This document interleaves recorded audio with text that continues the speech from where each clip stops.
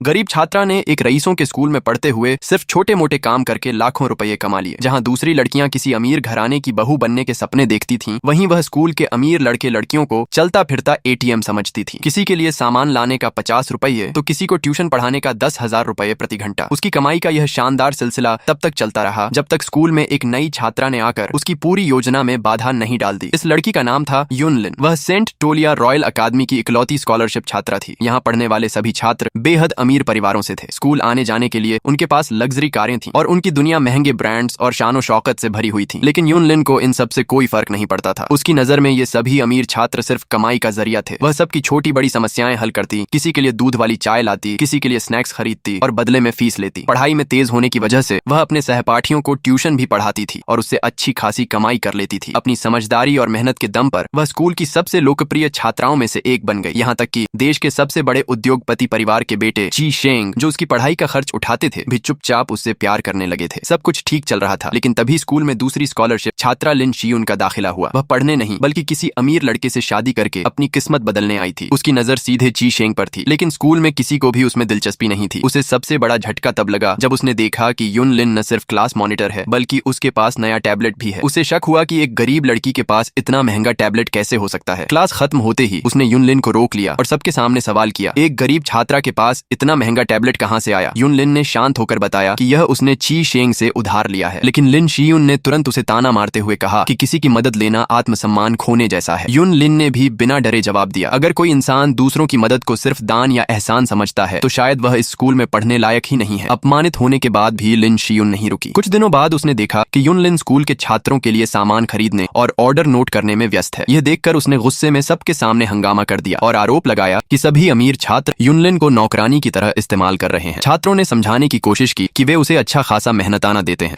और यह सब युनलिन अपनी मर्जी से करती है। लेकिन लिन शियुन ने किसी की बात नहीं सुनी और बार बार यही कहती रही कि पैसे देकर किसी गरीब का अपमान किया जा रहा है। ची शेंग को यह सब बर्दाश्त नहीं हुआ और उन्होंने उसे डांट दिया। लेकिन लिन शियुन ने उल्टा यह समझ लिया कि उसकी अलग सोच ने ची शेंग का ध्यान अपनी ओर खींच लिया है। ची शेंग ने उसे नजरअंदाज करते हुए मजाक में युनलिन से कहा, लगता है कोई तुम्हारा बिजनेस बंद करवाने पर तुला हुआ है। घंटी बजते ही मामला शांत हो गया। लेकिन इस हंगामे में युनलिन को अपनी मेहनत की कमाई भी नहीं मिली और वह पानी तक नहीं पी सकी।